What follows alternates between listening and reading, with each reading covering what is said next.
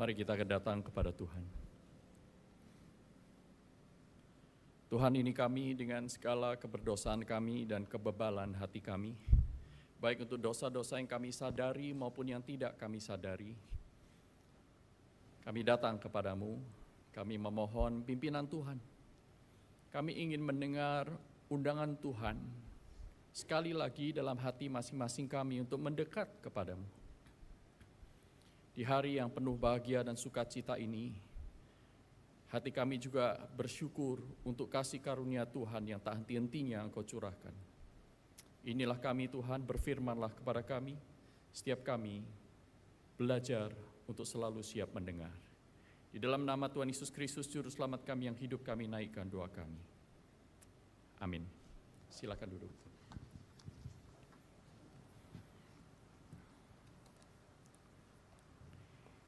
Izinkan saya memberi salam pertama-tama kepada Dr. Andes Sudirman Simanihuruk.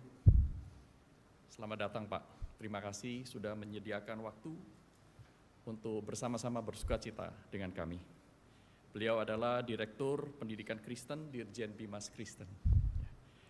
Dan juga kepada Pendeta Yakub dan Ibu Esther Susabda, selaku pendiri dan juga Dewan Pembina Yayasan dan seluruh anggota Yayasan Lembaga Reform Indonesia, juga para mitra yang selama ini sangat-sangat setia mendukung, mendoakan, dan memberikan masukan-masukan, dan juga orang tua, para wisudawan, wisudawati, dan tak lupa pula para wisudawan, wisudawati yang saya kasihi. Dan kepada rekan-rekan sekalian, para sahabat Kristus, baik yang di Zoom, online, maupun yang hadir di sini. Salam sejahtera dalam kasih Kristus. Hari ini kita akan bersama-sama mendengarkan firman Tuhan yang terambil dari 1 Samuel pasal yang pertama. 1 Samuel pasal yang pertama. Saya hanya membacakan sebagian dari bagian ini, yaitu dari ayat yang pertama sampai dengan ayat yang ke-20 saja. 1 Samuel pasal yang pertama, ayat yang pertama sampai dengan ayat yang ke-20.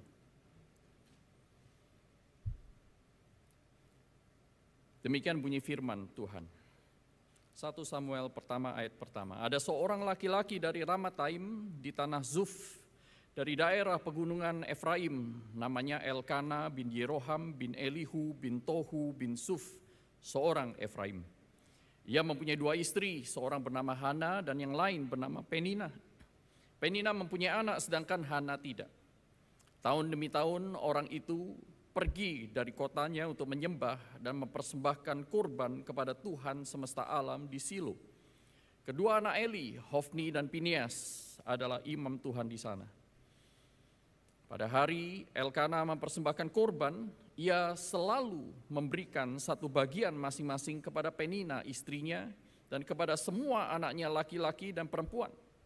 Kepada Hana ia memberikan bagian terbaik, sebab Hanalah yang dikasihinya dan Tuhan telah menutup kandungannya. Untuk membuatnya geram, saingannya selalu menyakiti hatinya karena Tuhan telah menutup kandungannya. Demikianlah yang terjadi tahun demi tahun, setiap kali Hana pergi ke rumah Tuhan, Penina menyakiti hatinya, sehingga ia menangis dan tidak mau makan. Lalu Elkana suaminya berkata kepadanya, Hana, mengapa engkau menangis? Mengapa engkau tidak mau makan? Mengapa hatimu sedih? Bukankah aku lebih berharga bagimu daripada 10 anak laki-laki? Suatu kali setelah mereka makan dan minum di Silo, berdirilah Hana sementara Imam Eli duduk di kursi dekat tiang pintu rumah Tuhan. Dengan hati pedih, Hana berdoa kepada Tuhan sambil menangis terseduh-seduh. Kemudian ia bernasar demikian. Tuhan semesta alam, jika engkau sungguh memperhatikan sengsara hamba-Mu ini, mengingat dan tidak melupakan hamba, tetapi memberi hamba seorang anak laki-laki, maka hamba akan memberikan dia kepada Tuhan seumur hidupnya. Pisau cukur tidak akan menyentuh kepalanya. Sementara ia terus-menerus berdoa di hadapan Tuhan, Eli mengamati mulutnya. Hana berkata-kata dalam hatinya dan hanya bibirnya yang bergerak, tetapi suaranya tidak kedengaran. Karena itu Eli menyangka perempuan itu mabuk. Lalu Eli berkata kepadanya, berapa lama lagi engkau masih mabuk? Singkirkanlah anggurmu. Tetapi Hana menjawab, bukan demikian Tuan. Aku seorang perempuan yang sangat tertekan. Aku tidak minum anggur ataupun minuman keras, tetapi mencurahkan isi hatiku di hadapan Tuhan. Atau mencurahkan napasku di hadapan Tuhan. Janganlah anggap hambamu ini perempuan tercela. Aku berbicara demikian lama karena aku sangat susah dan sakit hati. Jawab Eli, pergilah dengan damai. Allah Israel akan memberikan apa yang kau minta kepadanya. Berkatalah Hana, kiranya hambamu ini mendapat kemurahan hati Tuan.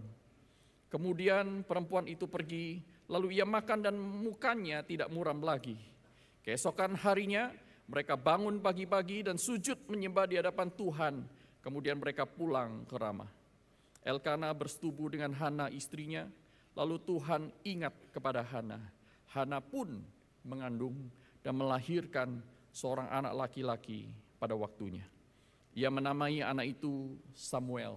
Sebab katanya, aku telah memintanya dari Tuhan. Bapak Ibu sekalian terkasih dalam Tuhan, seorang filsuf berdarah Yahudi bernama Martin Buber, dalam salah satu bukunya, yaitu Between Man and Man, dia mengatakan satu kalimat yang sangat menarik. Dia berkata demikian, and if there is nothing that can so hide the face of our fellow man as morality can, maka religion can hide from us as nothing else can the face of God. Artinya yaitu bahwa agama dapat menyembunyikan dari kita wajah Allah dengan cara yang lain tidak bisa kerjakan. Buber mengembangkan sebuah kegelisahan yang mendasar, dan kegelisahan itu juga kegelisahan yang berdasar terhadap kondisi religiusitas dan moralitas orang-orang di zamannya yang bahkan masih berlaku sampai sekarang. Dalam banyak praktik agama yang kita amati sehari-hari, di tengah-tengah kehidupan berbangsa dan bernegara yang mengakui ketuhanan yang Maha Esa ini, kita melihat bahwa relasi dengan Allah justru telah hilang. Para koruptor, para kriminal, semuanya mengaku beragama.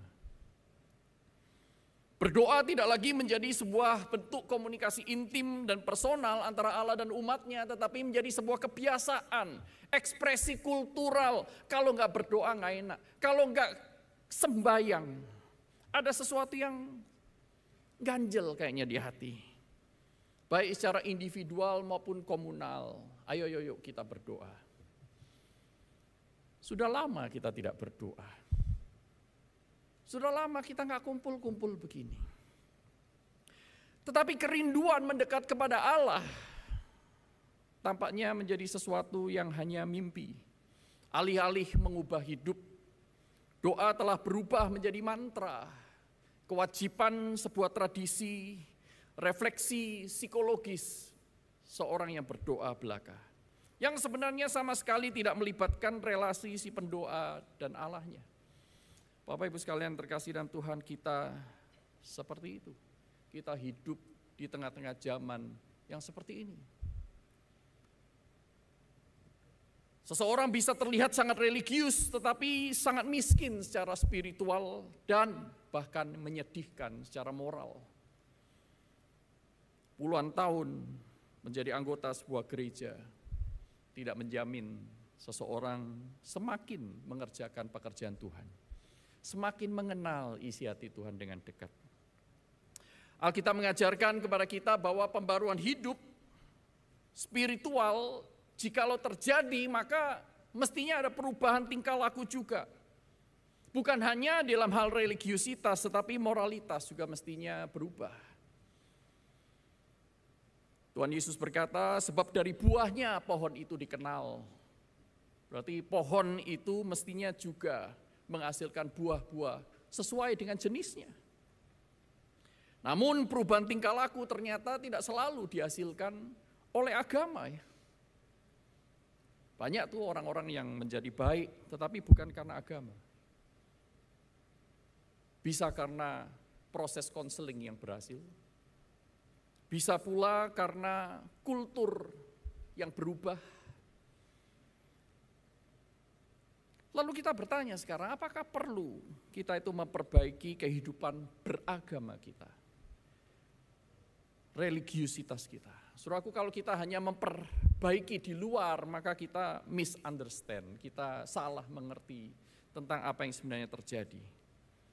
Kalau kita membaca kitab suci, kita melihat bahwa Allah menyampaikan kritik yang keras atas praktik religiusitas yang semu. Yang hebat, yang mewah, penuh dengan perayaan, penuh dengan kesetiaan, devosi. Tetapi Tuhan melihat dalam hati orang-orang yang melakukannya dan juga moralitas palsu yang mereka kerjakan di luar rumah ibadah.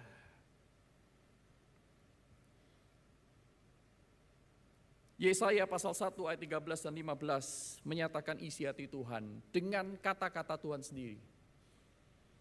Saya hanya mengambil 2 ayat saja, ayat 13 dan ayat 15. Jangan lagi membawa persembahan yang tidak sungguh, sebab baunya adalah kejijikan bagiku. Kalau kamu merayakan bulan baru dan sabat atau mengadakan pertemuan-pertemuan, aku tidak tahan melihatnya, karena perayaanmu itu penuh kejahatan.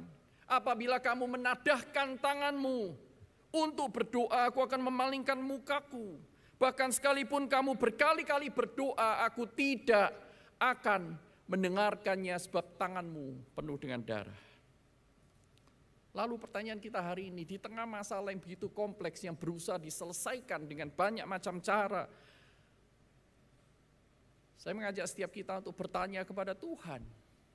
Lalu, kehidupan spiritual religius seperti apa yang akan menghasilkan, yang works, menghasilkan pembaruan hidup yang Tuhan kehendaki. Apa yang Tuhan sebenarnya kehendaki sih? Alkitab penuh dengan kisah dan pengajaran tentang hal ini, tetapi kali ini kita akan fokus kepada kisah seorang anak Tuhan, yaitu Hana, yang mengalami pembaruan dalam spiritnya, pembaruan dalam roh, melalui perjalanan doanya, dan pembaruan hidupnya bersama dengan Tuhan. Journey of prayer and transformation. Ada 2 komponen utama dalam perjalanan rohani Hana, yang di dalam bagian ini berusaha untuk digarisbawahi oleh kitab suci, oleh penulis 1 Samuel, dan saya percaya oleh Tuhan. Yang pertama yaitu bahwa Hana bukan sekadar berdoa, Hana berdoa sebagai pendoa. Dan yang kedua adalah Hana berdoa dengan memberi diri. Mari kita lihat satu persatu. Hana berdoa sebagai pendoa. Saudaraku, kitab Hakim-Hakim ditutup dengan catatan gelap mengenai relasi orang Israel dengan Tuhan. Pada zaman itu dikatakan tidak ada raja di antara orang Israel, setiap orang berbuat apa yang benar menurut pandangannya sendiri. Mereka seperti domba tanpa gembala. Mereka mencari jalannya masing-masing, kata Yesaya. Nah, baru setelah saat Hakim-Hakim ini ditutup, kita melihat kisah Rut dan Boas sekelumit. Secerca harapan, ternyata di antara bangsa yang penuh dan hidup di dalam kegelapan itu, ada orang-orang yang tidak hidup semaunya sendiri. Dan kali ini kita melihat selanjutnya adalah Hana, saudaraku. Di tengah ketidakhadiran hakim, hamba-hamba Allah, Tuhan mengisahkan Hana. Kitab 1 Samuel bisa saja langsung dibuka dengan kisah Samuel kecil menjaga tabut Allah, bisa saja. Tapi pertanyaannya adalah, mengapa harus kisah itu dibuka dengan Hana? Saya bertanya-tanya, saudaraku. Kenapa kehidupan pergumulan Hana ini menjadi sesuatu yang spesial sehingga harus kita sorot dan diberikan ruang cukup banyak untuk seorang yang sederhana seperti Hana ini? Atau Allah bisa saja mengirimkan seorang malaikat untuk memberitahu Hana bahwa ia akan mengandung secara ajaib seorang bayi laki-laki akan menjadi hakim bagi Israel, seperti yang terjadi ratusan tahun berikutnya dalam diri Maria. Pergumulan Hana dicatat dalam kitab suci lebih banyak daripada pergumulan Maria sebenarnya. Saudaraku, harus lewat Hana yang mandul. Mengapa pula mengisahkannya secara cukup detail dan tidak sambil lalu? Nah, saudaraku, di tengah zaman di mana umat Allah abai terhadap Allahnya dan para pemimpin rohani, Imam Eli, kedua anaknya, Hofni dan Pinias, yang gagal menjalankan panggilannya, Allah mengangkat kisah seorang wanita. Ya, seorang wanita yang direndahkan secara strata sosial rendah pada zaman itu, saudaraku.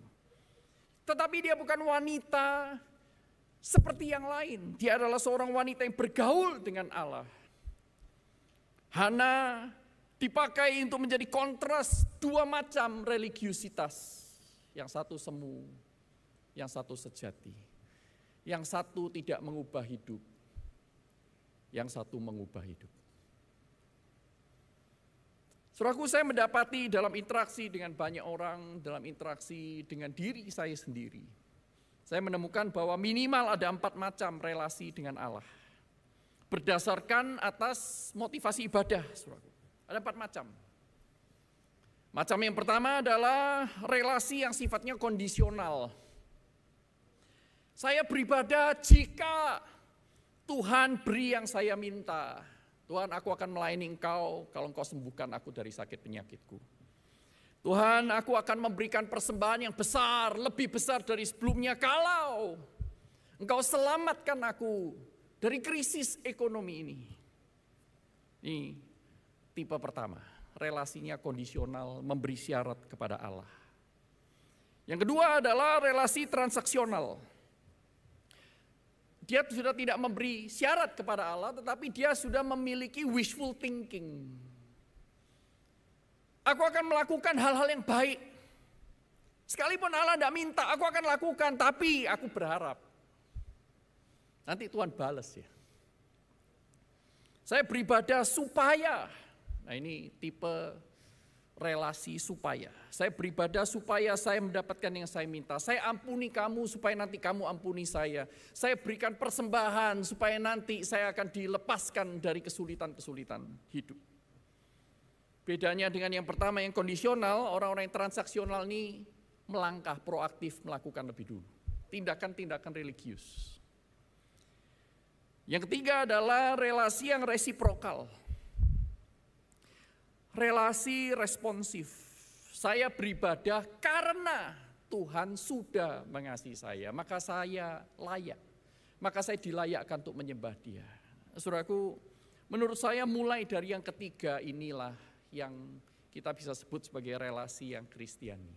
Sekalipun ada orang-orang Kristen, anak Tuhan, umat pilihan, yang kadang-kadang masih terjebak di dalam relasi macam pertama dan kedua.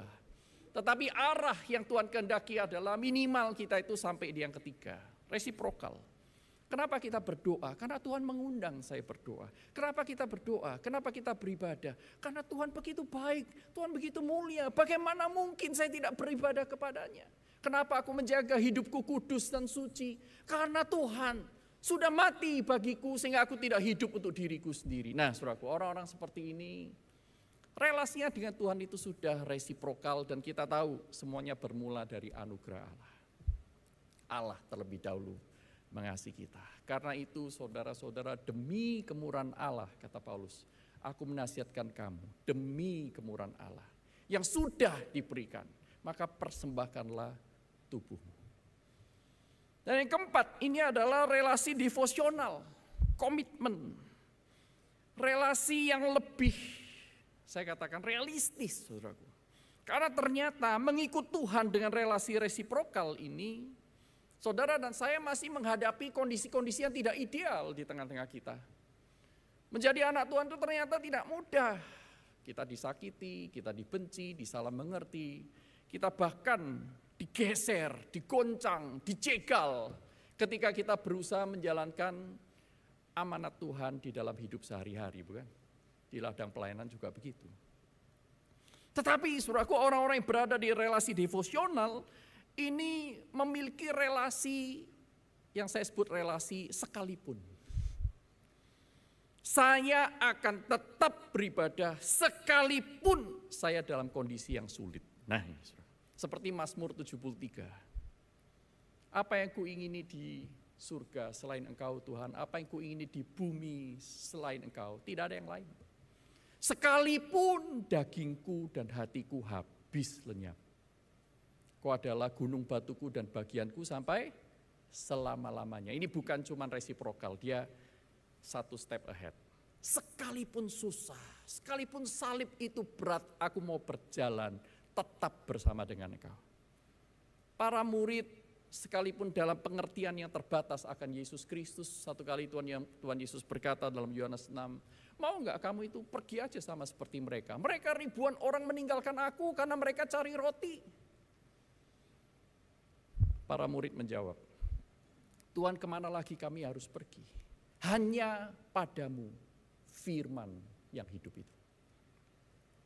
Sekalipun ditinggalkan, sekalipun tidak menjadi populer, aku tetap mengikut Engkau. Nah, pertanyaan kita adalah posisi Hana ada di mana? Posisi Hana ada di mana? Hana adalah seorang pendoa. Surah pertama, lihatlah catatan Alkitab yang tadi kita baca. Bersama dengan Elkana, Hana pergi meninggalkan kotanya untuk sujud menyembah. Bersama dengan suaminya, bukan satu kali, dua kali, tapi setiap tahun. Pada saat bangsa-bangsanya, umatnya, tetangganya mungkin tidak pergi ke Silo. Aku tidak mau ke Silo, jauh. Risiko dirampok. Aku tidak punya uang. Banyak sekali alasan, tetapi Hana dan Elkana memelihara hidup mereka bersama dengan Tuhan. Mereka tetap pergi apapun risikonya. Dan bukan hanya 1 tahun, tapi bertahun-tahun mereka sujud menyembah dan mempersembahkan korban kepada Tuhan semesta alam di Silo. Sekalipun mereka tahu reputasi dari imam dan anak-anaknya itu kacau minta ampun. Tapi mereka datang untuk bersujud dan menyembah Tuhan. Itu yang firman Tuhan catat, saudara. Dan bahkan hal tersebut dilakukan oleh Hana sejak ia masih menjadi istri tunggal. Dan berlanjut terus sampai Penina, istri kedua itu memiliki beberapa anak. Sampai punya berapa anak? Berarti kan bertahun-tahun, saudaraku. Dan later kita juga lihat bahwa Penina ini juga memberi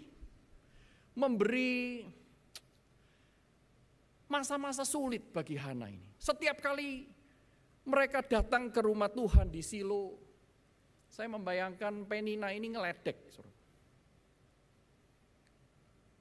Mungkin berkata kepada Imam Eli atau Hofni dan Pinias, ya ini anak saya yang baru lahir. Beda dengan istri yang satu itu, yang Tuhan menutup kandungannya mungkin karena dosanya itu. Ini saya diberkati Tuhan, lahir anak kedua. Tahun depan lahir anak ketiga, itu pun kalau setiap tahun. Tetapi sampai anaknya banyak, saudaraku. Tetapi apa yang dilakukan oleh Hana? Hana punya banyak alasan untuk tidak pergi ke Silo. Hana punya banyak alasan untuk kecewa kepada Tuhan. Hana punya banyak alasan untuk tidak mempersembahkan apa-apa. Sama seperti yang biasa kita lakukan. Namun masalah demi masalah dihadapi oleh Hana. Mulai dari masalah penerimaan diri atas fakta bahwa Tuhan telah menutup kandungannya. Tahun pertama Hana menikah kok belum hamil ya. Tahun kedua mungkin kita kurang rajin. Tahun ketiga jangan-jangan ada hal yang lain. Tahun keempat bagaimana kalau kita cari tabib. Di dalam tahun-tahun penantian menanti seorang anak lahir, saudaraku, tidak mudah bagi seorang Hana. Saya yakin beberapa di antara kita juga pernah melewati jalur yang sama. Dalam kondisi sedemikian, saudaraku, saya membayangkan nih, Hana ini mungkin pertanyaannya mulai macam-macam, saudara. Namun yang kita lihat bahwa Hana setia pergi ke rumah Tuhan. Dinamika konflik di dalam rumah tangga Elkana tentu jauh lebih kompleks daripada apa yang dinyatakan dalam 1 Samuel pasal yang pertama ini. Tetapi bukan itu yang menjadi sorotan Tuhan. Tuhan ingin menunjukkan bahwa di tengah masalah yang begitu menggunung seiring dengan tahun berganti, Hana tidak berhenti beribadah kepada Allah. Betapa banyak di antara kita, saudaraku, ketika kita punya masalah kita mundur. Ketika kita masalah kita tidak lagi beribadah kepada Allah. Hana juga tidak berbuat apa yang benar menurut pandangannya sendiri seperti orang di sekitarnya, seperti yang umum dilakukan untuk menyelesaikan masalahnya, serta mungkin untuk menyakiti orang yang menyakiti hatinya. Hana tidak mengusir Penina, seperti Sarah mengusir Hagar. Unik ya Hana ini, hebat ya. Apa yang menyebabkan dia seperti itu? Saudaraku, saya mendapati bahwa situasi tidak membuat Hana berdoa, tetapi Hana berdoa di dalam setiap situasi. Situasi enak, situasi tidak enak, dia terus berdoa mendekatkan diri kepada Tuhan. Hana tidak menggunakan Tuhan untuk menyelesaikan masalahnya, tetapi Hana menggunakan masalahnya untuk mendekat kepada Tuhan. Dari mulut Hana sendiri terucap, saudaraku, aku mencurahkan napasku di hadapan Tuhan. Dekat sekali. Hubungannya dengan Tuhan tidak ditentukan oleh masalah yang dia hadapi. Tetapi sebaliknya, hubungannya dengan Tuhan menentukan bagaimana dia menghadapi masalahnya. Hana bukan hanya rajin berdoa, ia adalah seorang pendoa. Hana bukan hanya seorang religius, ia seorang religius spiritual, ia adalah sahabat Allah di tengah-tengah masalahnya.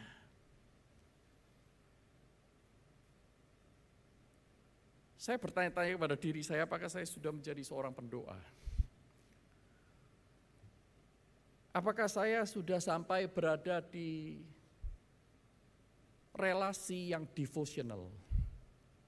Tuhan, sekalipun kau enggak menjawab doaku, aku tetap mengasihi engkau. Sekalipun aku tidak mengerti mengapa engkau izinkan semuanya ini terjadi, aku tetap akan mendekat kepadamu. Wah, saya bertanya-tanya lagi, bagaimana ya saudara dan saya bisa memiliki hati yang seperti itu? Saya yakin ini hal yang rohani. Sekalipun hal-hal psikis itu mungkin berkontribusi. Masa kecil, attachment dengan orang tua, pasti ada kontribusinya. Tetapi ada sesuatu ingredients yang misteri. Saya bahkan tidak bisa membagikan kepada saudara.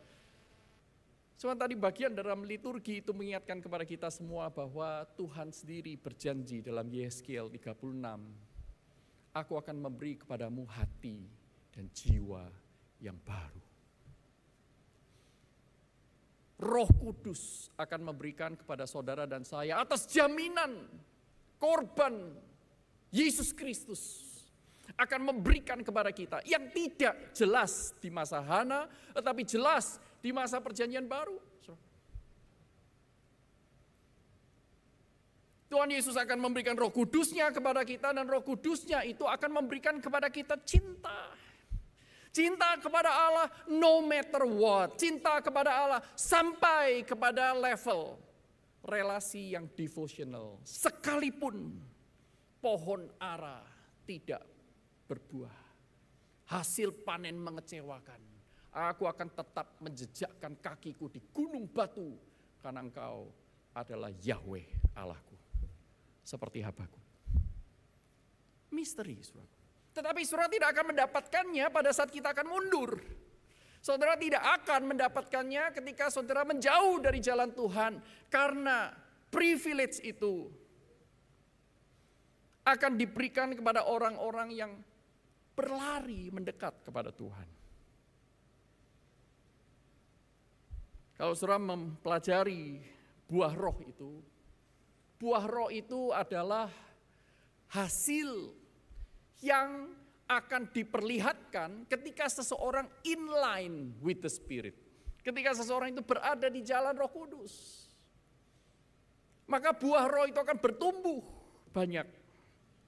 Tetapi buah roh itu akan tidak terlihat atau bahkan tidak menghasilkan buah ketika saudara dan saya terus-menerus mendukakan Roh Kudus.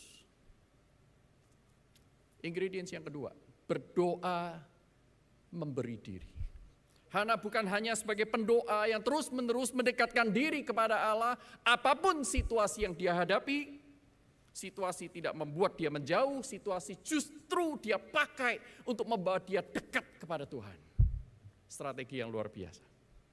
Yang kedua adalah berdoa memberi diri. Saudaraku, entah berapa lama dan apa saja yang Hana minta dalam doanya, saya tidak tahu. Jika permintaan seseorang kepada Allah mencerminkan pribadi si pendoa dan relasinya dengan Allah, maka itu juga terjadi dalam diri Hana. Cuman kita tidak tahu doa Hana di awal-awal. Mungkin Hana bertanya kepada Tuhan dalam doanya, Tuhan, mengapa aku tidak juga mengandung? Apakah ada yang salah denganku? Persembahannya kurang tah? Tidakkah engkau tahu Allah betapa penting kelahiran seorang bayi bagi kehormatan suamiku serta harga diriku? Sampai kapan Tuhan aku harus menahan nista dari Penina? Atau bahkan mungkin Hana sampai bertanya begini, apakah engkau akan membalas perbuatan Penina untukku? Namun saudaraku, di dalam 1 Samuel 1 tampaknya Hana sudah tidak lagi berdoa untuk hal-hal demikian. Doa-doa itu tampaknya di-skip oleh kitab suci dan sampai kepada doa nazar. Setelah sekian lama berdoa, masalah yang dihadapi Hana ternyata tidak berubah, malah menjadi semakin kompleks. Namun kita melihat bahwa seorang pendoa mengalami perubahan. Yang berubah bukan masalahnya ternyata, masalah justru semakin parah. Yang berdoa adalah relasi Hana, si pendoa dengan Allahnya. Hana yang tadinya mungkin meminta-minta, kini menjadi Hana yang memberi diri. Saudara perhatikan, kalau kita mengerti kata nasar ya. Nasar itu kan adalah sebuah janji kudus, janji untuk mendedikasikan, mengkonsekrasikan, menjadikan diri ini persembahan yang kudus kepada Allah. Jadi apa yang dipersembahkan itu adalah milik Allah. Jadi sebenarnya ketika Hana bernasar, Hana tidak lagi meminta untuk dirinya, dia sekarang memberi diri kepada Allah. Si pendoa itu kini menjadi nasir Allah. Kapan terakhir saudara dan saya berdoa sebagai nasir Allah? Apakah doa kita hanya meminta-minta untuk diri sendiri? Seperti yang dikatakan dalam Yakobus pasal 4 ayat 2b. Kamu tidak mendapat apa-apa karena kamu tidak berdoa, atau kamu berdoa juga tetapi kamu tetap tidak mendapat apa-apa karena kamu berdoa untuk memuaskan nafsumu. Saudara, memang dalam nasar tersebut terkandung permintaan. Hana sendiri mengakui nama Samuel itu karena dia sendiri memintanya dan Tuhan mendengar. Tetapi saudaraku, mindsetnya sudah berbeda. Orientasi rohnya sudah berbeda. Hana mengalami pertumbuhan rohani saudaraku di dalam doanya. Hana justru bernasar memberi diri kepada Allah di tengah masalah yang dihadapinya. Bukan memanipulasi Allah untuk menyelesaikan masalahnya, tetapi dia memberi diri supaya Tuhan pakai dia di tengah-tengah masalahnya. Aneh, luar biasa ini. Masalah hidup di tangan Allah telah menjadi konteks untuk membawa Hana mendekat dan mempersembahkan dirinya kepada Allah. Saya bertanya-tanya, jangan-jangan nasar Hana ini manipulatif. Saya baca berulang-ulang, saya coba cek bahasa aslinya. Saya menemukan jawabannya tidak, saudaraku. Ada 3 alasan kenapa doa atau nazar Hana itu tidak manipulatif. Seperti orang yang transaksional itu tadi.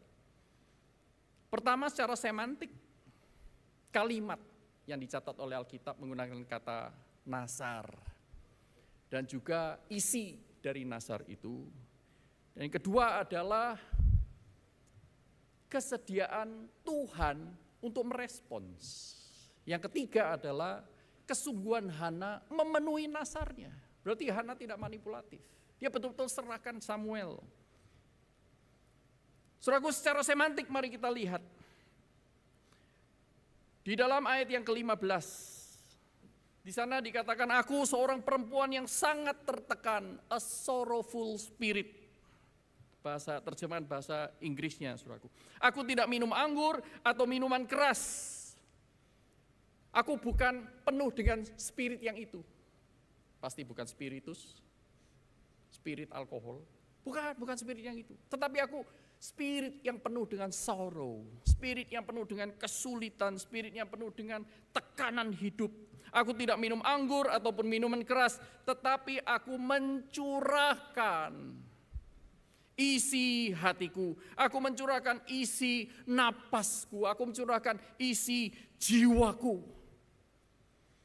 Saudara melihat di sini ada perubahan dari jiwa yang penuh dengan kesusahan sekarang menjadi jiwa yang dicurahkan bagi Tuhan. Saudara. Ketika orang Israel mempersembahkan hewan korban dengan religiusitasnya yang kosong yang Tuhan benci, Hana mempersembahkan jiwanya. Dan apa yang dipersembahkan kepada Allah menjadi milik Allah sepenuhnya. Saudaraku, perhatikan juga bahwa orang yang memanipulasi tidak butuh pergumulan. Tetapi dalam diri Hana ada pergumulan yang hebat. Dia berperang dengan jiwanya, dia berperang dengan dirinya. Dia tertekan, dia sakit hati. Enaknya balas apa enggak ya? Apa perlu istri yang ketiga? Hana bergumul, saudaraku. Ada seorang yang di dalam kondisi kepepet. Tuhan, mobilku mogok, tidak ada orang di pinggir jalan, sudah panggil Grab, tidak datang-datang. Tuhan, kalau Engkau kirimkan aku kendaraan yang aku bisa tumpangi, aku bisa pulang malam ini juga karena besok ada presentasi besar yang sangat penting untuk perusahaanku. Aku akan memberikan bukan cuma 10% untuk bulan depan, aku kasih 50% penghasilanku untuk Tuhan. Tuhan tolong kabulkan doaku, amin. Tidak lama kemudian taksi biru datang. Apa yang dia katakan? Oh Tuhan, sorry, tidak jadi, taksinya sudah datang katanya. Saudaraku, banyak sekali orang yang memanipulasi seperti ini. Tidak perlu pergumulan. Begitu Tuhan cukupi, lupa dia. Karena apa? Spiritnya memang manipulasi. Spiritnya bukan memberi diri kepada Tuhan. Maka jangan berharap orang-orang seperti ini akan dipakai Tuhan. Saudaraku, mempersembahkan diri itu tidak mudah bagi Hana. Tidak mudah bagi Hana. Hatinya tertekan, sangat susah dan sakit hati. Dalam 1 Samuel pasal 1 ayat 16 itu. Ketika ia mengenali dan bergulat untuk mematikan natur dan insting egonya. Seperti sebuah botol itu, saudara. Botol itu isinya adalah si aku yang lama. Dan si aku yang lama ini katakanlah saudara tempatkan di dalam sana sebuah tablet CDR dan kemudian saudara tutup ya. Maka dia akan terus ngembang, karbonasi itu terjadi, saudaraku, menekan, menjadi sangat tertekan. Nah tetapi saudaraku, untuk isi itu bisa ditukar dengan yang baru. Mau tidak mau dia harus membuka, saudaraku. Dia membuka dirinya dan itulah yang dilakukan oleh Hana. Dia membuka dirinya, dia mencurahkan isi yang lama.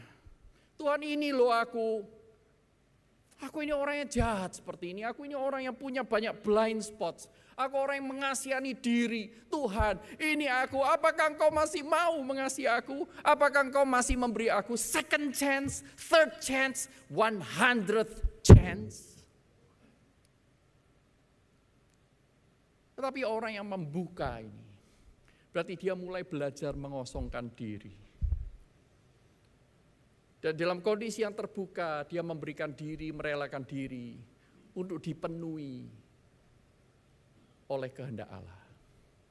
Tetapi kalau saudara dan saya tidak pernah membukanya, tidak pernah mencurahkannya, apapun bentuk religiusitas yang kita lakukan, saudara dan saya tidak akan pernah berubah.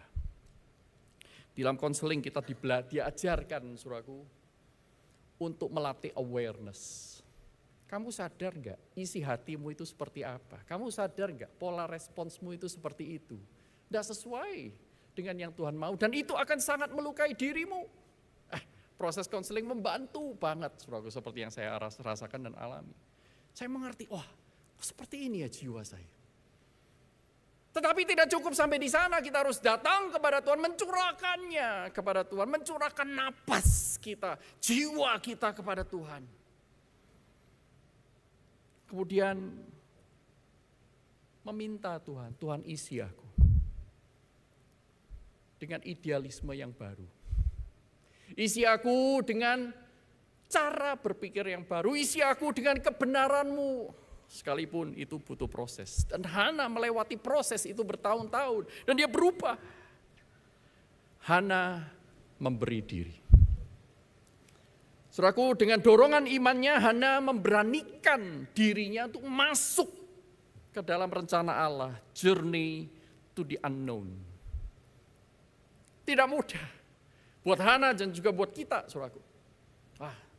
Setelah lulus ini mau kemana ya? Aku sudah punya gelar, aku bisa melamar kemanapun. Saudaraku, apakah saudara dan saya, para wisudawan, wisudawati, terus-menerus memberi diri kepada Tuhan? Tuhan pimpin aku. Jangan biarkan aku kurang ajar memimpin kau. Pimpin aku. Satu kali saya bercakap dengan seorang pendeta, gembala sidang. Dia berkata kepada saya tidak tahu tahun depan saya akan kemana. Loh, kamu kan baru gabung di sini, kok cepat-cepat pindah? Susah di sini. Banyak sekali konflik, saya tidak bisa ceritakan. Dia berkata begitu. Lalu saya tanya kepadanya, waktu dulu kamu memutuskan bergabung di sini, di gereja X ini. Apakah kamu yakin itu dari Tuhan? Oh iya, saya yakin. Kamu sure? Saya sure. Bukan hanya lewat doa dan lain, ada damai sejahtera, saya ada di sini. Oke, that's good. Nah sekarang pertanyaan saya, kalau Tuhan pimpin kamu, apakah kamu yakin dengan keyakinan yang sama seperti Dia sudah pimpin kamu ke sini? Dia mulai terhenyak diam, saudara. Mulai dia memikirkan lagi, menelisik lagi. Pindah gereja lain belum tentu lebih gampang. Nah itu rasionalnya yang mulai berjalan. Tetapi dia akhirnya datang kepada Tuhan dan sampai sekarang masih stay di sana berjuang. Saudaraku, agenda siapa yang sedang kita mainkan ketika saudara dan saya memberi diri kepada Tuhan? Jawabannya cuma satu, agenda Allah. Memberi diri itu berarti masuk ke dalam journey to the unknown. Yang saudara tidak akan pernah tahu seperti apa. Tetapi saudara hanya tahu satu hal, Tuhan yang pimpin. Dan itu cukup bagi kita. Saudaraku, memberi diri kepada Allah itu berarti menyerahkan kendali kemudi itu kepada Allah. Yang tidak bisa ditebak, unpredictable. Apa yang akan terjadi, saudara tidak akan pernah tahu. Kalau menggunakan stages of faith-nya Fuller, dari tafsiran saya, orang-orang yang memberi diri ini adalah orang-orang yang minimal tuh sudah sampai di level conjunctive faith.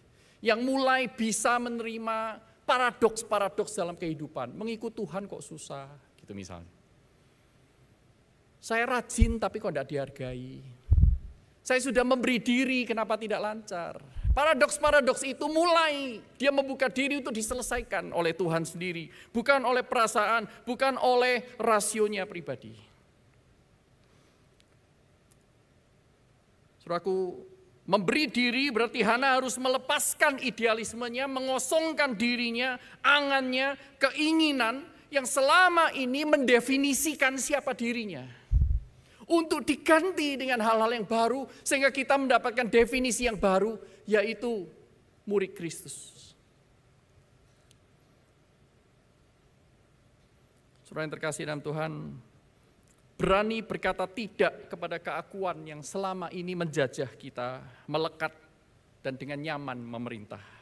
Dan berkata ya kepada kehendak Tuhan sekalipun harus mengucurkan air mata.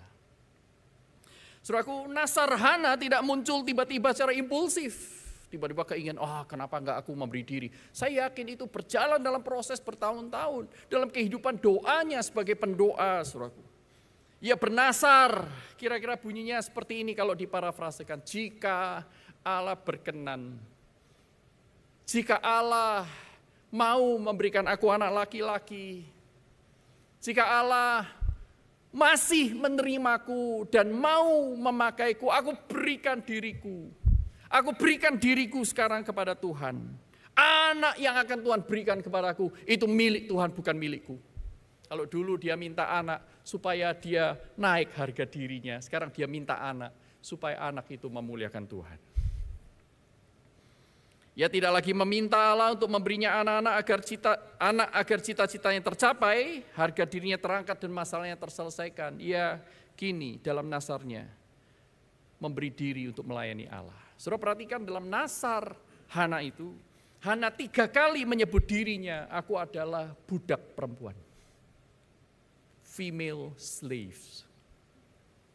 Hana memberi dirinya untuk melayani kedaulatan kehendak Allah di tengah masalah yang ada. Bukan untuk masalahnya menjadi tiada. Dan Hana pun mengenapi nasarnya. Saudaraku, apa yang kita pelajari? Apa yang Tuhan ingin kita garis bawahi dari semuanya ini? Mari kita lihat beberapa konklusi. Pertama, saudaraku, Hana adalah wanita yang biasa yang dipakai oleh Allah yang luar biasa. Biasa seperti saudara dan saya, punya masalah.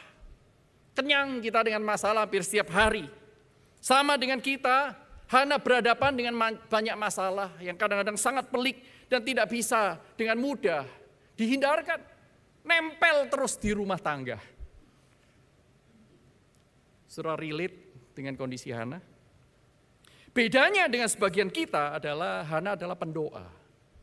Hana bukan sekadar berdoa, Hana adalah sahabat Allah. Di dalam setiap masalah yang dihadapinya, dia mendekat kepada Allah.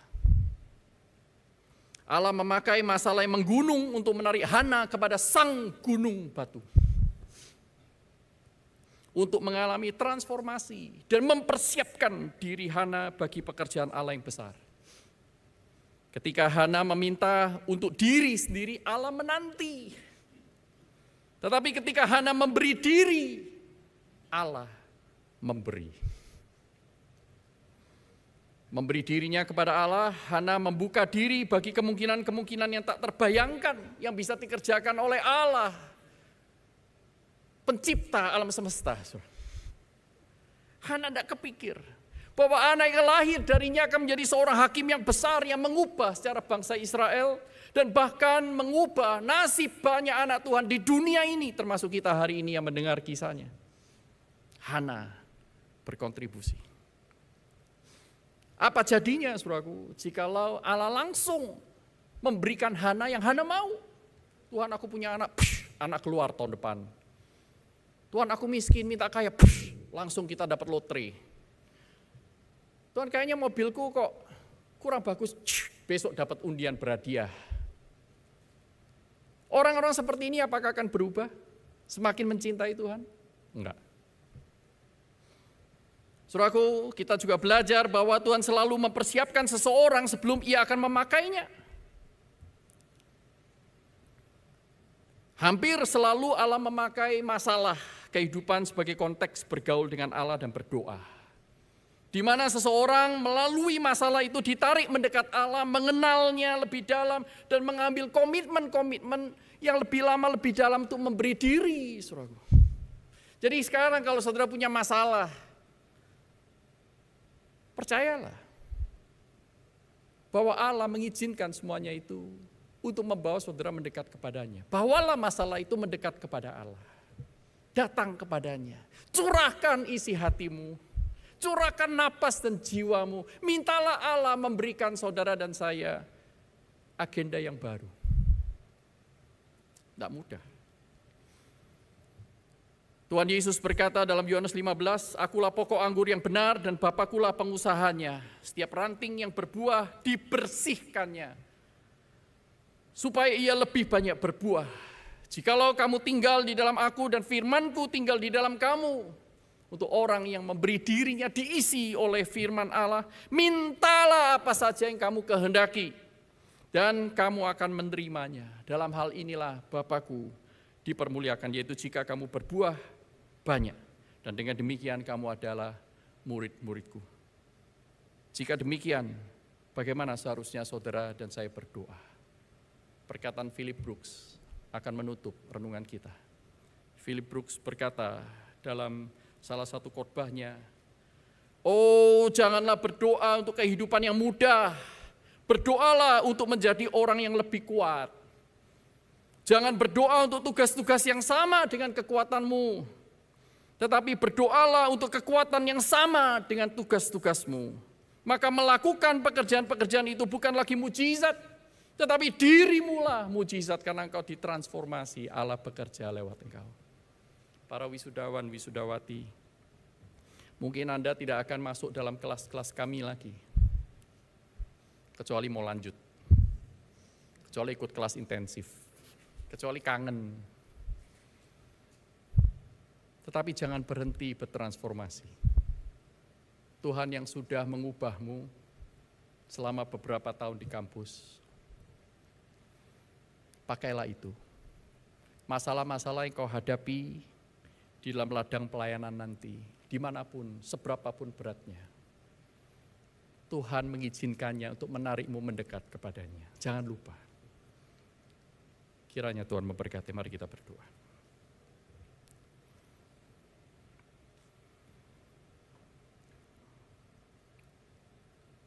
Tuhan, Engkau mengundang kami untuk mendekat kepada Engkau, bukan untuk menyingkirkan masalah, tetapi untuk menjadikan masalah sebagai konteks kami mendekat kepadamu. Tolong kami Tuhan. Masalah itu selesai atau tidak selesai, itu adalah kehendak Tuhan, rencana Tuhan. Sampai kapan kami tidak tahu, tapi satu hal yang kami tahu, Tuhan ingin kami berbuah semakin lama semakin banyak. Yaitu ketika kami tinggal di dalam Engkau, Engkau tinggal dalam kami. Kami memiliki relasi abide in you, Lord. Bersama dengan Engkau mengasihi-Mu lebih sungguh. Pimpin kami, pimpin anak-anak-Mu, wisudawan, wisudawati, dan setiap kami anak-anak Tuhan, tolong kami menjadi pendoa-pendoa yang bukan hanya rajin berdoa, tetapi juga memberi diri bagi pekerjaan Allah. Di dalam nama Tuhan Yesus Kristus, Juru Selamat kami yang hidup, kami naikkan doa ini. Amin.